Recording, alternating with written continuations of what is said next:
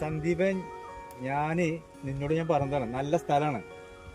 അതൊരു 1.5 ഏക്കർ ഉണ്ട് അവിടെ. പേപ്പർ വർക്കൊക്കെ ക്ലിയർ ആണ്.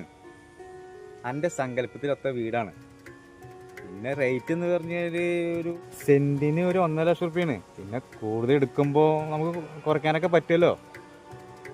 എന്തായാലും നീ ഒന്നും നോക്കണ്ട. പിന്നെ അത് പോട്ടടാ, എൻ്റെ കാര്യമില്ല. അത് നിൻ്റെ അടുത്ത് ഞാൻ മേടിച്ചോണ്ട്. ഓക്കെ, കമ്മീഷനല്ലേ, അത് നീ നോക്കണ്ട. അതൊക്കെ നീ ഞാനൊരു ബന്ധം എനിക്കറിയാലോ. അപ്പം ഞാൻ അവിടെ നമ്മളെ മറ്റേ അബോക്കർക്കല്ലേ, അതിൻ്റെ വീടിൻ്റെ ആ ഇടയിലുണ്ട് കേട്ടോ. ഓക്കെ, നീ വേഗം ഇങ്ങോട്ട് പോയോ. എന്നാ ഓക്കേടാ, എന്നാ ശരി കേട്ടോ. അഭിലാഷാണല്ലോ.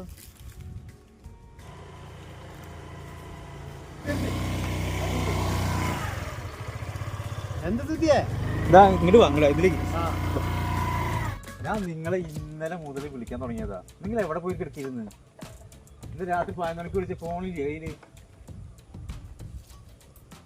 അബേട്ടാ, നിങ്ങളെ ഫോണെവിടെ?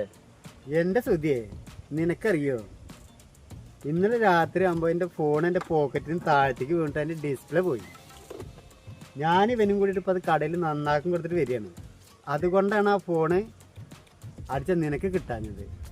ഇപ്പൊ കാര്യം നിനക്ക് മനസ്സിലായോ? എന്തുട്ട് സുധിയേട്ടാ പ്രശ്നം?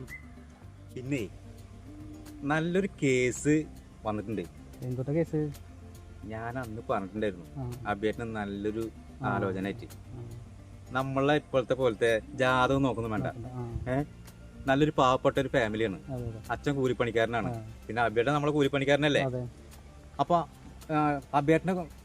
അബേട്ടന്റെ വയസ്സിനൊത്ത നല്ലൊരു പെൺകുട്ടിയാണ്. അപ്പൊ അത് പറയാൻ വേണ്ടിട്ടാണ് ഞാൻ ഇന്നലെ തൊട്ട് വിളി തുടങ്ങിയത്. അബേട്ടാ, ഇപ്പൊ പോയി കഴിഞ്ഞാൽ പെൺകുട്ടീനെ കാണാം. അവൾക്ക് നൈറ്റ് ഡ്യൂട്ടി ഉണ്ട്. ഞാൻ എല്ലാ കാര്യങ്ങളും വീട്ടിലോട്ട് ഞാൻ പറഞ്ഞിട്ടുണ്ട്. എന്താ പൈസല്ലേ? അതാണ് അതിന്റെ ശരി. എന്നിട്ട് വർത്താനം സുധി നീ പറയണേ?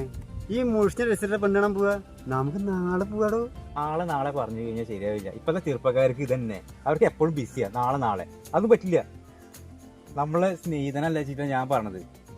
പൈസലെ ഒന്ന് പറഞ്ഞു കൊടുക്ക്. നിങ്ങൾക്കിപ്പോ എന്താ കുഴപ്പം? നിങ്ങൾ തുണി എടുത്തിട്ടില്ലേ? തുണി ഇല്ലാതെ നിൽക്കണേ.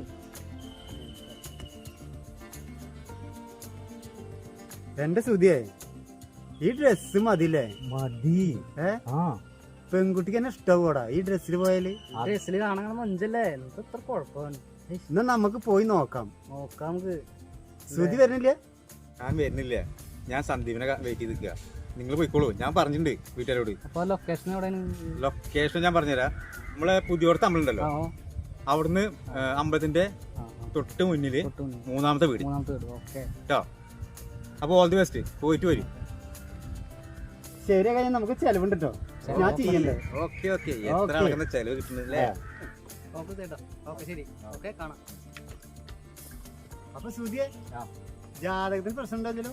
ജാതകത്തിന് ഒരു പ്രശ്നമില്ല. ജാതകം ഞാൻ ചെല്ല്. അവർക്ക് ജാതകം ഒന്നും വേണ്ട. ഒരു ആണ് പെണ്ണായി മതി. ഒരു കുടുംബം നോക്കണ പയ്യനെ അവർ കാത്തിരിക്കുന്നത്.